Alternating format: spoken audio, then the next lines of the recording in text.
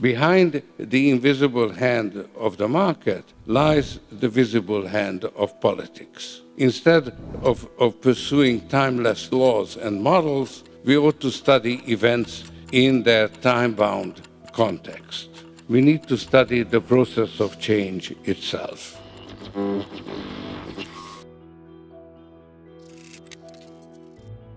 There has been a widespread recognition, both among economists and the general public, that economic theory has failed. I believe that the failure is more profound than generally recognized. It goes back to the very foundations of economic theory.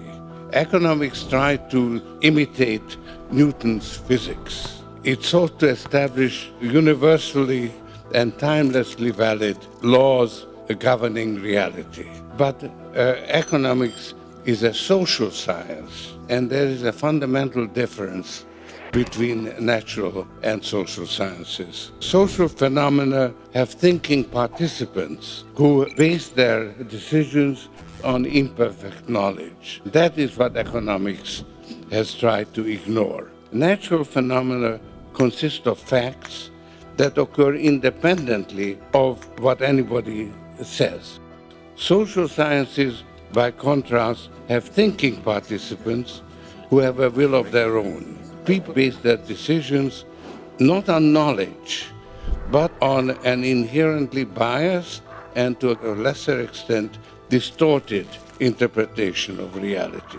Economics, which became the most influential of the social sciences, sought to remove this handicap by taking an axiomatic approach similar to Euclid's geometry. But Euclid's axioms closely resembled reality.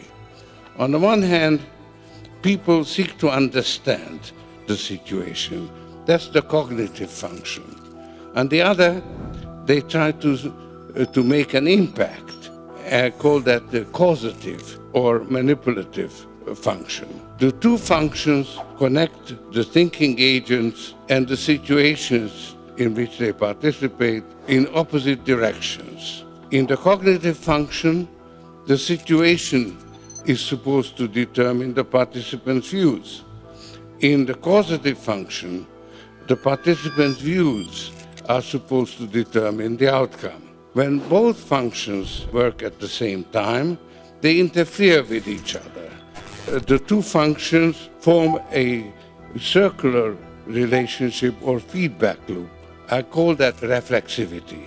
In a reflexive situation, participants' views can't correspond to reality because reality is not something independently given. It's contingent on the participants' views and decisions. The decisions, in turn, can't be based on knowledge alone. They must contain some element of bias or guesswork about the future, because the future is contingent on the participants' decisions. The future can't be known until it has actually occurred. The idea that laws or models of universal validity can predict the future has to be abandoned.